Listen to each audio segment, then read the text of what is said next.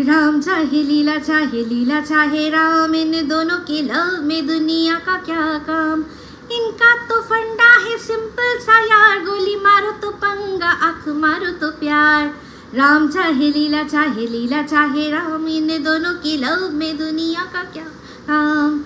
रख पॉकेट में घोड़ा, दे घोड़े को लगाम। राम चाहे लीला चाहे राम, राम चाहे लीला चाहे राम, इन दोनों के लव में दुनिया का क्या काम। হাই, আমি Ipsita, welcome back to my channel. চলে এসেছি আবার একটা নতুন ভিডিও নিয়ে। তো আজকের ভিডিওর শুরুতে ইন্ট্রোডাকশনে যে গানটা গাইলাম, এই গানটা কেন গাইলাম, এই গানটার মূল বিষয়বস্তু কি, যে রামলীলা তাদের দুজনকার মধ্যে ভালোবাসা, সেই দুজনের মধ্যে ভালোবাসার মধ্যে কেউ যেন তৃতীয় ব্যক্তি না পড়ে। কারণ ওদের ভালোবাসা এরকমই, যখন একে অপরকে গলি মারলো তো পাঙ্গা, তো আর যদি চোখ মারে তাহলে কি ভালোবাসা, মানে ওরা ওদেরটা বুঝে নেবে। যখন ওদের মনে হবে ভালোবাসবে, যখন মনে হবে ঝগড়া করবে তখন করবে। আমাদের এর মধ্যে পড়ার উচিত নয়, তাই তো? এটা হচ্ছে মূল বিষয়বস্তু। তো এই গানটা কেন গাইলাম, কারণ এরকম একজন বার্তা দিচ্ছিল অনেক দিন ধরে। সে হচ্ছে আমাদের লাতখোর ঘোড়ামুখী দালাল, যে কিনা আর কি সার্টিফাইড দালাল, সার্টিফাইড দোগলা, জানেন, ব্র্যান্ডেড দোগলা। একজন বলেছে ব্র্যান্ডেড দোগলা। সেই ব্র্যান্ডেড দোগলা এই কথাটা কিন্তু বরাবর বলে আসছিল কাকে, রিম্পা, তারপর রিম্পা সহ আরও অনেককে। রিম্পার তো নাম দেয়, রিম্পার জন্য তো ডেডিকেট একটা চ্যানেল খুলেছিল, ডেডিকেটেড চ্যানেল, যে এই চ্যানেলটার মধ্যে ও রিম্পাকে নিয়ে ভিডিও করে, রিম্পা ওকে রোস্ট করে বা রিম্পা ওকে নিয়ে ভিডিও করে যে ইনকামটা করছে, সেই ভিডিওগুলোকে দেখে ও আবার কন্টেন্ট করে সেই রিম্পাকে দিয়েও ও কামাবে। কেন রিম্পা ওকে দিয়ে শুধু কামাবে, রিম্পাকে দিয়েও ও কামাবে, এইরকম এইসবের জন্য একটা ভিডিও চ্যানেল আলাদা খুলেছিল। আর সেই চ্যানেলটার মধ্যেই রিম্পাকে নিয়ে, রিম্পার ছেলেকে নিয়ে কি করেছে আপনারা ভালো করেই জানেন। আর এক কথা কতবার বলবো। তো যাই হোক, শুধু রিম্পা না, এরকম যখনই ওর দরকার পড়েছে, দীপ্তিদি বলুন, তারপর আরও অনেকে আছে, কখনো মনীষা, নাম না করে অনেককেই ও উত্তর দেয়। তো তা যাই হোক, সেই সময় যখন ও রিম্পাকে বলতো বা এরকম ওকে নিয়ে যারা ভিডিও করতো তাদেরকে একটাই কথা বলতো, যে তোরা কোনো ব্লগারকে নিয়ে ভিডিও করছিস কর না, তাদেরকে কন্ট্রোভার্সির মধ্যে আনছিস, তাদের ভিডিও নিয়ে ভিডিও করছিস কর, কিন্তু তার মাঝখানে আমাকে কেন নিয়ে আসিস? ওদেরকে বলতে গেলে তোরা ওদেরকে ডাইরেক্টলি বল। তো অ্যাকচুয়ালি ব্যাপারটা হচ্ছে গিয়ে সবার কন্টেন্ট কী ছিল, সবার কন্টেন্ট ছিল ও যেসব ব্লগারদের নিয়ে নেগেটিভ কথা বলতো, সেই পয়েন্টগুলোকে ধরে ধরেই অনেক কন্ট্রোভার্সি ক্রিয়েটাররা তার পজিটিভ দিকগুলো বুঝিয়ে দিত। তো তার পিছনের লজিকটা কী ছিল? পিছনের লজিকটা একটাই ছিল, যে এই ঘোড়ামুখী শ্যুট কি ও কী করতো, ও প্রত্যেকটা ব্লগারের সাথে নিজের জীবনের তুলনা করে, মানে ওর জীবনটা একদম পারফেক্ট, সেই জন্য ও যেরকমভাবে করে, ও ছোটোবেলায় যা করেছে বা ও বড়োবেলায় যা করছে, সেই রকমভাবে ওই ব্লগারটা কেন করে না, সেই যুক্তিগুলো ও খাড়া করতো। আর তার সাথে কি ছিল ওর চাটনি এলিমেন্ট, সেটা হচ্ছে গোপন সূত্রের খবর। গোপন সূত্রের খবরে ও অনেক কথা বলতো।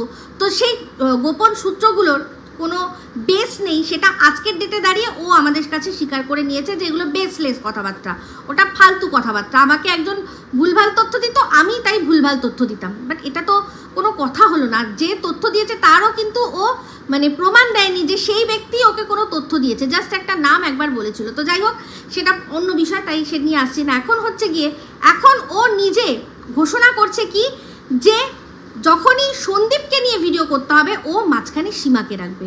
তাহলে এটা কি ধরনের যুক্তি হলো? ও নিজে মানে সগর্বে বলছে যে সন্দীপকে নিয়ে ভিডিও করতে গেলে আমার তো মাঝখানে সীমাকে রাখতেই হবে। তাহলে এটা কি ধরনের দোগলামি?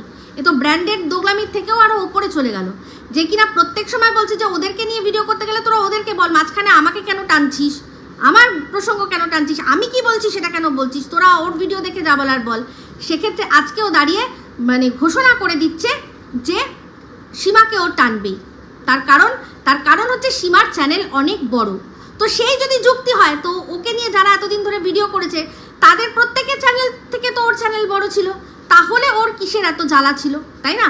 তো যাই হোক, আজকে ভিডিওর মধ্যে একটা কথা বললো যে সীমাকে আমি টানবো, কারণ ওর চ্যানেল অনেক বড়, আর সবার তো ক্ষমতা হয় না আমাকে কোপ করার। অ্যাকচুয়ালি আমি জানি না এই কথাটা কার সম্পর্কে বললো, কিন্তু যদি রিম্পার সম্পর্কে বলে থাকে তাহলে তো বলবো ভুল। যার জন্য আলাদা করে চ্যানেল খুলে দিয়েছে, যাকে নিয়ে দুদিন আগেও রি করে কথা বলছিল, তাছাড়া খেকি করে তো হাজার ভিডিও করে, যেমন কিনা দীপ্তিদি, তার সম্পর্কেও নাম না করে ও মাঝে মাঝে বুঝিয়ে কোনো কথা বলে, ঠিক আছে।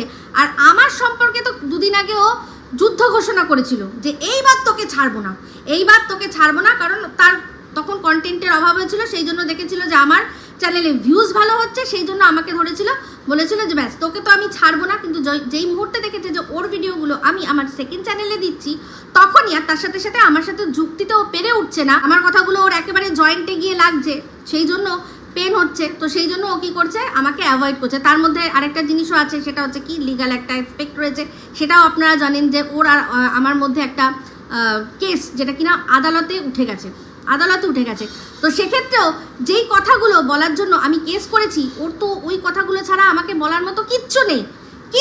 ওই কথাগুলো ওকে কেন বলেছে তার প্রমাণ ওকে গিয়ে কোর্টে দিতে হবে, সেটা পরের কথা। এখন যদি আবারও ওই কথাগুলো মানে পুরোপুরি ওরকমভাবে রসিয়ে কষিয়ে বলে আমাকে পোক সেই করার জন্য, তাহলে জানে যে আখেরে ওরই ক্ষতি, কারণ যেটার জন্য ও বেল নিয়ে রেখেছে যখন ওকে এই প্রশ্নগুলো করা হয়েছে, এইগুলো কেন বলেছেন বা হানা কোনো না কোনো মর্মে তো তাকে বেলটা দেওয়া হয়েছে যে আপনি এখন যতদিন না এই কেসটার নিষ্পত্তি হচ্ছে ততদিন আপনি এই বিষয় নিয়ে কোনো কথা কিন্তু বলবেন না।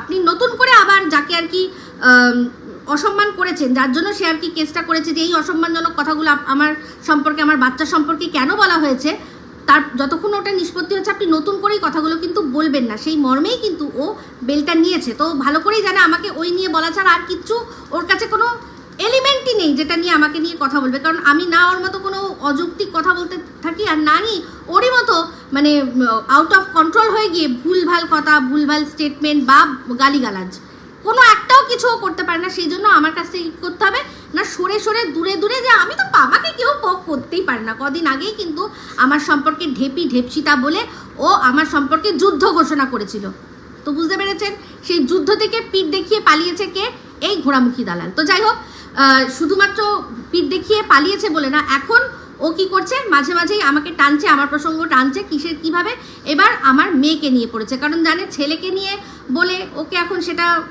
আদালতে প্রমাণ দিতে হবে, এবার সেই জন্য বেঁচে রইল কে না মেয়ে।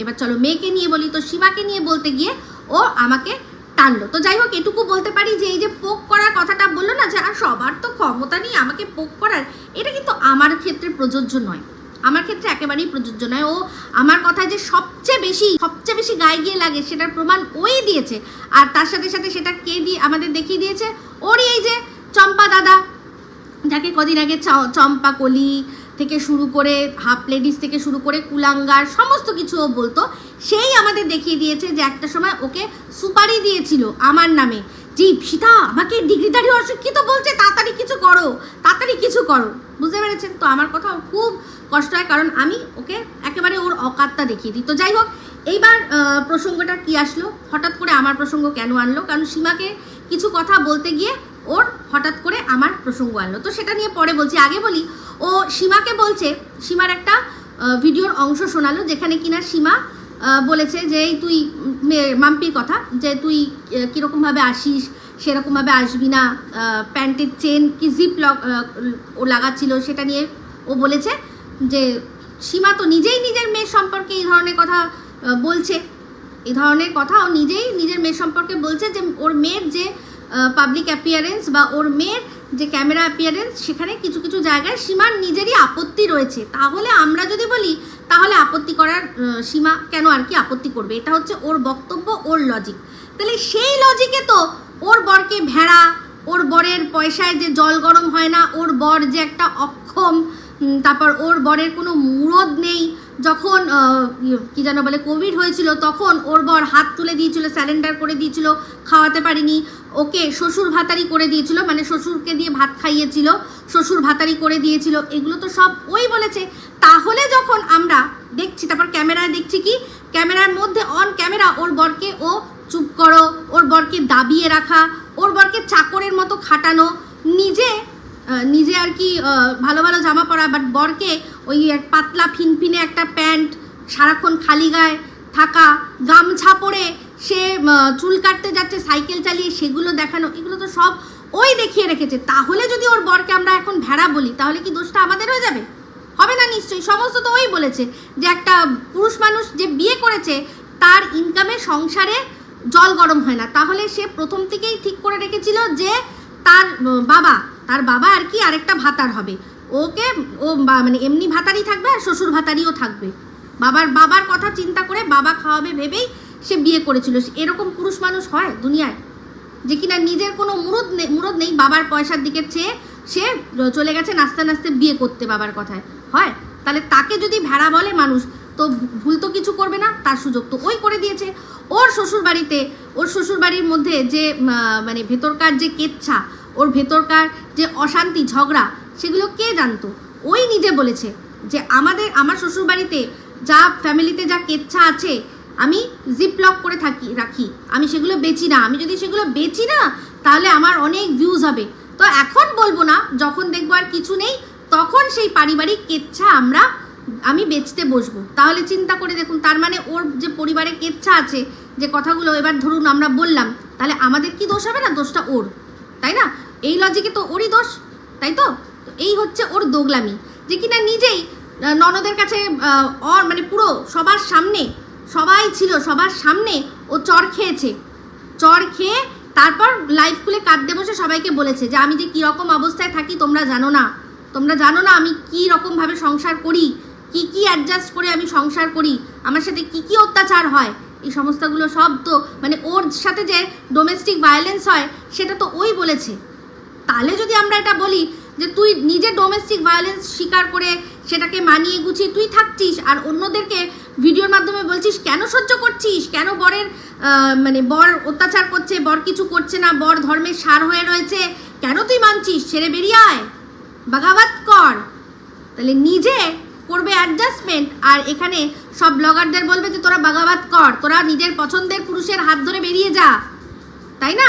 কারণ তোর বরের চেয়ে ওই পুরুষটা অনেক ভালো। এরকম দুজনকে বলেছিল, মন্দিরাকেও বলেছিল যে তোর বরে এইটুকু বলতে পারি যে এতদিন তুই যার সাথে সংসার করেছিস, এরপর যদি তুই যাকে বেঁচেছিস তার সাথে যদি তোর সংসার হয় তাহলে সেই সংসারটা আরও অনেক সুখের হবে, এটুকু আমি গ্যারেন্টি দিয়ে বলছি। সেটা ওর হুলের সম্পর্কেও বলেছিল, আর সেই কথাটা ওদের দীপ্ত মানে ফোকলা কাকার ছেলে তার সম্পর্কেও বলেছে। মানে ও আগের থেকেই গ্যারেন্টি দিয়ে দেয় যে কিনা যার নিজের বর যখন দরকার পড়েছে তখন হাত তুলে দিয়ে চলে গেছে। তো যাই হোক, আজকে আবার দেখলাম ওর বাথরুমটা দেখে মনে হলো, তোর বাথরুমের টাইলসটা দেখে মনে হলো এটা কি সাধন সাথীর বাথরুমে চলে গেছি, মানে পুরো এরকম কি জঘন্য টেস্ট। বললাম না, একটা কথা আমি আপনাদের সাথে অনেক সময় বলেছি যে মানি কান্ট বাই ক্লাস, মানে পয়সা থাকলেই সে যে হাই ক্লাস হয়ে যাবে এরকম কোনো ব্যাপার না। পয়সা মানুষ ইনকাম করে নিতেই পারে, তা বলে তার স্ট্যান্ডার্ডটা হাই হবে না, না তার রুচি হাই হবে। ওর রান্নাঘরেরও দেখেছিলেন, ওর রান্নাঘরেরও টাইলসটা অতীব জঘন্য, আর এই যে বাথরুমটা তারও অতীব জঘন্য করেছে। এরকম মানে রোজ যখন মানুষ চোখে দেখবে না, এই যে যেগুলোর মধ্যে দেখবেন যে কোনো ডিজাইন করা থাকে, কোনো ছবি থাকে, কোনো মোটিভ থাকে, সেই টাইলসগুলো দীর্ঘদিন ধরে দেখতে ভালো লাগে না, ওগুলো একটা সময় অবধি ভালো লাগে। মানে ধরুন পুরো যদি টাইলসটা একটা অন্যরকম কোনো কালার হতো, একটা নিউড কোনো কালার হতো, একটা মানে যেটাকে বলে এক কালার হতো, তার মধ্যে কিছু টাইলস বলতে একটা বর্ডার করে দিত, তার মধ্যে কিছু মোটিভ থাকতো, দেখতে তাও ভালো লাগে। এই পুরোটা জুড়ে এইরকম তো ভীষণ বাজে লাগছে দেখতে, আমার ভালো লাগেনি। হ্যাঁ, আবারও বলছি যে ফ্লোরিংটা আছে, ফ্লোরিংটা তাও ভালো লেগেছে, ফ্লোরের টাইলসটা তাও ভালো, দেয়ালের থেকে ফ্লোরের টাইলসটা আমার ভালো লেগেছে। কিন্তু ওই যে বললাম, আর তার উপর জানেন উৎপাতের টাকা তো চিৎপাতেই যায়, খুব ভালো করে জানেন। তো মানুষের কাছ থেকে টাকা কিউআর কোডের মাধ্যমে তুলে সেটা কিসের জন্য খরচা করবে বলেছিল যে কেসের জন্য খরচা, আর তার উপর কি শুধু কেসের জন্য খরচা না, ও রেখে দিয়েছিল, বলেছিল টাকাটা যদি কেস আমি হারি তাহলে সেই জন্য তার বাবদ আমাকে দিতে হবে কত, 25 লক্ষ টাকা। তো সেই টাকাটা আমি গচ্ছিত করে রেখে দেবো, যাতে যদি আমি বাই এনি চান্স হেরে যাই, কারণ কেসের ব্যাপার তো হার জিত লেগেই থাকে, তাহলে যদি হেরে যাই তাহলে আমি 25 লক্ষ টাকা যাতে তাকে দিতে পারি, সেই জন্য আমার টাকা প্রয়োজন কেঁদে বলেছিল। তাহলে চিন্তা করে দেখুন, সেই সমস্ত টাকা ভাঙিয়ে আজকে সারাক্ষণ শুধু অনলাইন শপিং, তারপর হচ্ছে গিয়ে এই টাইলস বসানো, রান্নাঘর রেনোভেশন, ঘর রেনোভেশন, বাথরুম রেনোভেশন, এইসব চলছে মানুষের টাকায়। এদিকে ও প্রিয়াকে নিয়ে বলে যে প্রিয়া বাচ্চার চিকিৎসার জন্য টাকা তুলেছিল। প্রিয়া যে কথাটা বলেছিল আর কি, বোন ম্যারো ট্রান্সপ্লান্ট করবে, সেটার জন্য টাকা তুলেছিল, সেটা না করে অন্য একটা চিকিৎসা করেছে, সেটার জন্যই ও কত কথা তুলেছিল। তাও কিন্তু প্রিয়া যারা টাকা চেয়েছিল তাদের টাকা ফেরত দিয়ে দিয়েছে সবাইকে, যারা তাদের আর কি দেখিয়েছে যে হ্যাঁ আমি এত টাকা দিয়েছি, যারা দাবি করেছে তাদের প্রিয়া কিন্তু বেশ কিছু জনের টাকা দিয়েছে ফেরত, আর বলেছিল আর যার যার লাগবে তারা আমাকে বলবেন, দেখাবেন প্রমাণ, আমি ফেরত দিয়ে দেবো। এর চেয়ে বড় তার কোনো কথা থাকতে পারে না। যে আমি বলেছিলাম বোন ম্যারো ট্রান্সপ্ল্যান্ট এক্ষুনি করবো, এখন করাচ্ছি না, আপনারা টাকা নিয়ে নিন, কোনো ব্যাপার না, তাই তো। তো সেখানে তারপর পরবর্তীকালে ও একটা ইনকামের সোর্স বাড়ানোর জন্য ব্যবসা করছে, সেটা নিয়েই কত কথা বলছে। চিন্তা করে দেখুন, ও বোন ম্যারো ট্রান্সপ্ল্যান্ট না করে অন্য চিকিৎসায় গেল। বাচ্চার কিন্তু চিকিৎসা ওর চলছে, বাচ্চার চিকিৎসা কিন্তু ওর অনগোয়িং রয়েছে, ঠিক আছে। সেক্ষেত্রে ও কি করলো, যে টাকা দিয়ে, ও কিছু টাকা দিয়ে ব্যবসা আর কি শুরু করলো। ওর কিন্তু ব্লগিংয়েও তাও ইনকাম তো হয়, কম হলেও ইনকাম তো হয়। আগে যাওয়া তো মানছি, এখন অতটা হয় না, তাও তো হয়, তাও তো তার কিছু পার্সেন্ট কমলেও তো টাকা তো ভালো ইনকাম হয়, বেশ ভালো টাকা ইনকাম হয়। ওদের যা আর কি লাইফস্টাইল, সেই অনুযায়ী বেশ ভালো টাকাই ওরা রাখতে পারে। যদি বাচ্চার চিকিৎসা না করতে হতো তাহলে কিন্তু ওর অনেক টাকাই ব্যাংকে থাকতো, কিন্তু যেহেতু ওর বাচ্চার জন্য ওর অনেক টাকা ওষুধপত্র লাগে, ঠিক আছে। তো সেই জন্য ও কী করলো, একটা নতুন ব্যবসার কথা চিন্তা করলো, যে আমি টাকাটা দিয়ে টাকাটা বাড়াই, যাতে পরবর্তীকালে যদি আমার বোন ম্যারো ট্রান্সপ্ল্যান্ট করতে হয় ছেলের, তাহলে কি হবে, আমার আর যাতে লোকের কাছ থেকে হাত পাততে না হয়, আর বা যদি টাকা হাত পাততেও হয় তার পরিমাণটা যাতে কম হয়। ও ব্যবসা করছে, খাটছে, আর এ কি করছে, এ টাকাগুলো দিয়ে নিজের শখ পূরণ করছে। নিজের শখ পূরণ করার জন্য তো ও টাকা চায়নি আপনাদের কাছে, কিন্তু সেখানে দেখেছেন টাকা পেয়েই সঙ্গে সঙ্গে ও ফোন কেনা থেকে শুরু করে মানে 13,000 টাকা দিয়ে এই উইগ টপার। তো আজকে দেখলাম ওই টপারটা পরে বসেছে, আর সেটাকে নিজের চুল বলছে। এই যে চুলটা যখন এই সাইড করে দিয়েছে না, মানে ওটা যখন ওর টপারটা এরকমভাবে পরে, মানে ভেতর দিকে পড়েছে, একটু আজকে পিছন দিক করে পড়েছে যাতে লেন্থটা বেশি হয়। সামনে যদি দিয়ে দিত তাহলে কি হতো বলুন তো, তাহলে ওর লেন্থ অতটা আসতো না। আজকে ও এই জায়গা থেকে, এখান থেকে শুরু না করে এই জায়গা থেকে শুরু করেছে যাতে পিছনের লেন্থটা বেশি হয়। আর ওর ওই চুল দেখিয়ে বলছে যে এই তো আমার নিজের চুল, সামনের দিকে নিজের চুলটা দিয়ে আর পিছনের ভলিউমটা ওদিকে বাড়িয়ে বলছে হ্যাঁ আমার তো বেশ ভালোই রয়েছে। তাহলে 13,000 টাকা কি মানে কুচো কিরমির মতো পাছার মধ্যে কুরকুর করছিল যে 13,500 টাকা খরচা করেছে, যে কিনা 200 টাকা খরচা করতে নাকি 200 বার চিন্তা করে। ও 1000 বার এই কথাটা বলেছে। তো এটা যেহেতু হারামের টাকা, লোকের খাটনির টাকা, সেই জন্য ওর 13,500 টাকা খরচা করতে একটুও চিন্তা করেনি। ওর তখন মানে পাছার গোড়ায় ওই কিরমিগুলো কুরকুর করছিল, আর ও খরচা করে ফেলেছে। এখনও দেখুন, দিনের পর দিন দেখবেন, এখন রোজই শুধু আজকে এই পার্সেল আসছে, কালকে সেই পার্সেল আসছে, শুধু ওর পার্সেল আসতে থাকে।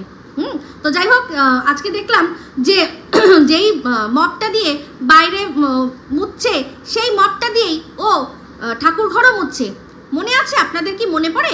অনেক পুরনো কথা, সেই গুন্ডি যখন একই মপ দিয়ে ঘরও মুছতো, বাইরে মুছতো, সেই নিয়ে দিনের পর দিন বলে গেছে যে হ্যাঁ এটা কি ধরনের, যেই মপটা দিয়ে বাইরে মুছছে, 10টা লোক রয়েছে, 10টা লোক আসছে, বারোয়ারি লোকজন যাতায়াত করছে, যেটা দিয়ে মুছছে সেটা দিয়েই আবার ঘর মুছছে, সেটা দিয়েই ঠাকুর যেখানে রয়েছে ঠাকুরের স্থান মুছছে।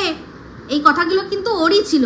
কিন্তু আজকে দেখুন নিজের বেলায়, তখন কিন্তু আর আলাদা কিছু নেই, ওই ঠাকুরের স্থান যেখানটা রয়েছে সেইটা ওই মপ দিয়ে না মুছে শুধুমাত্র একটু এমনি যেটা আর কি এমনি নেতা হয়, সেটা সেই নেতা দিয়ে ওইটুকু জায়গা মুছে নিতে পারতো।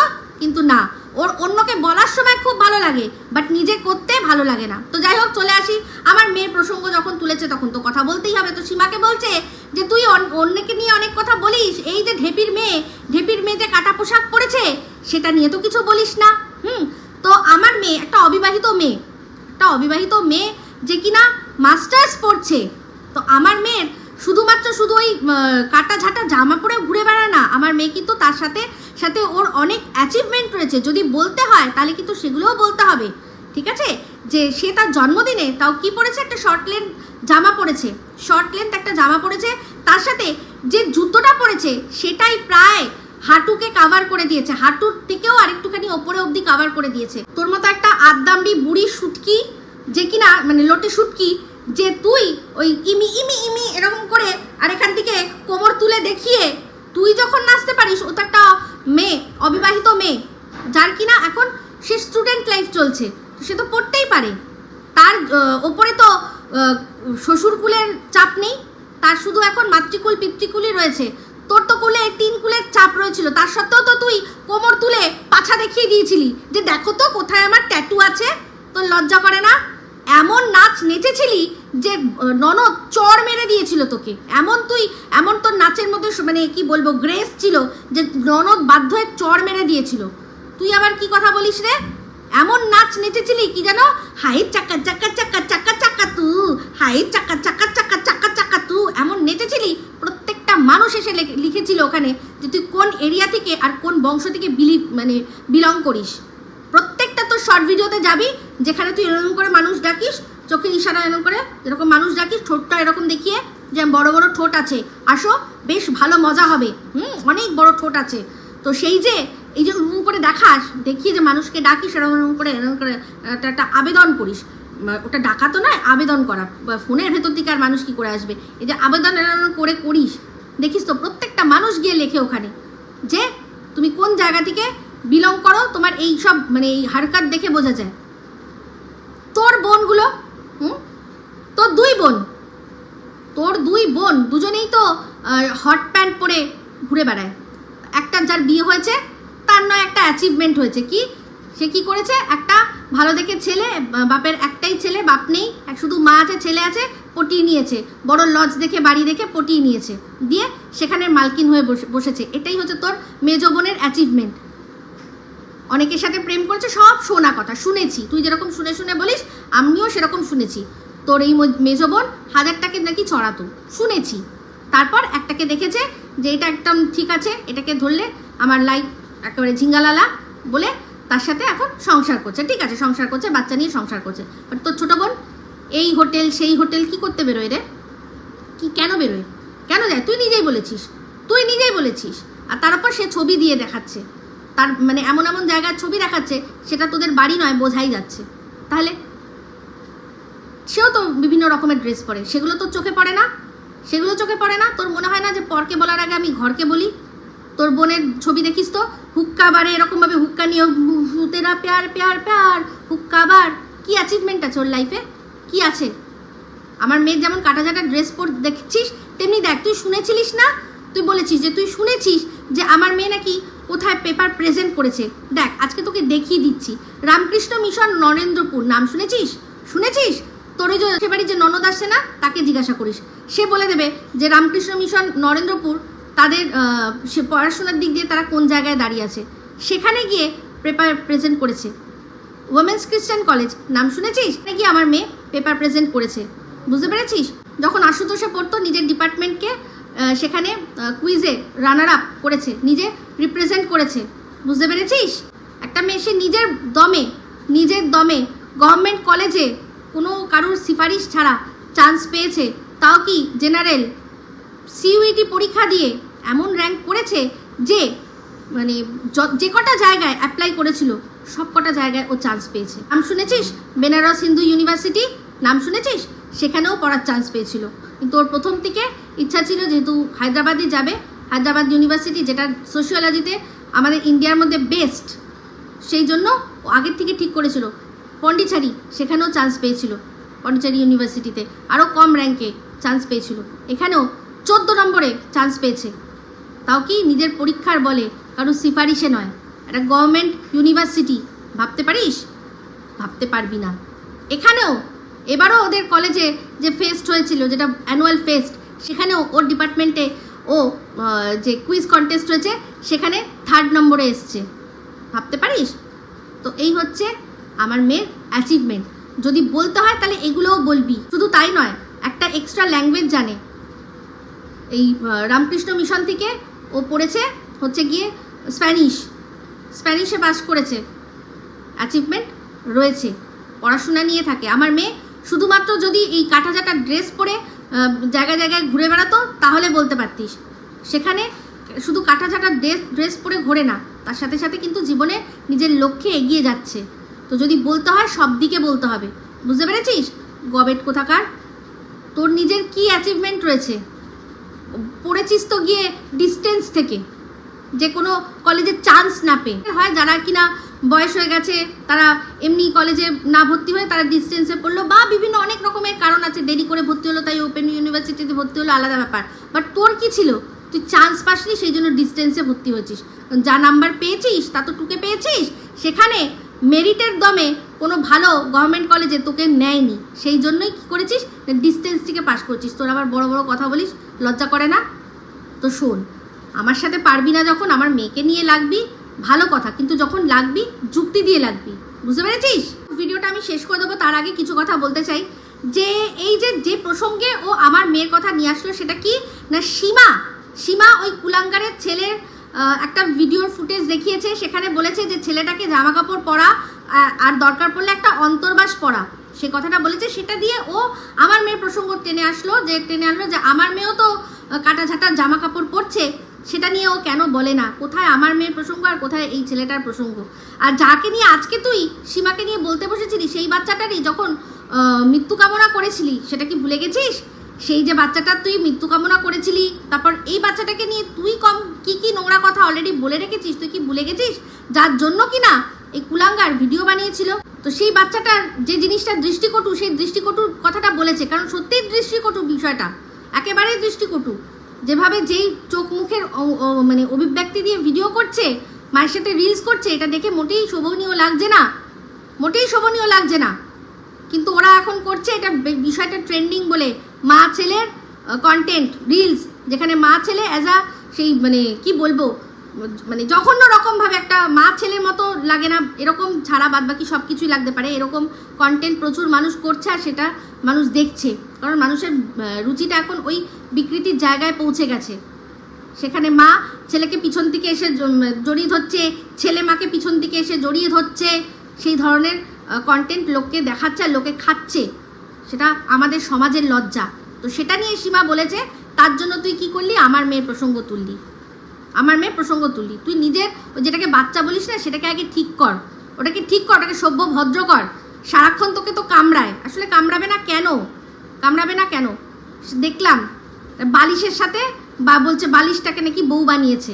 এই তো শিক্ষা দিচ্ছিস তুই, এই তো শিক্ষার বহর, যে একটা বাচ্চাকে বাচ্চা বলে নিয়ে রেখেছিস, তাকেও প্রপার যেটা বেসিক শিক্ষা, বলছি না যে মুখে করে পেপার নিয়ে আসবে বা বাজার করে নিয়ে আসবে, যেগুলো দেখায় সেগুলো দরকার নেই, সাধারণ চুপ করতে বলে চুপ করবে, আর এই যে অযথা কামড়াচ্ছে যে সেই কামড়াবে না, এইটুকু পর্যন্ত শিক্ষা দিতে পারিসনি। যে বাইরের একটা লোক এসছে, হ্যাঁ এটাকে আমি চিনি, চুপ করো এখন, এইটুকু বললে চুপ করে যাবে, সেটুকু শিক্ষা দিসনি। তুই আবার অন্যের বাচ্চার শিক্ষার কি কথা বলিস রে?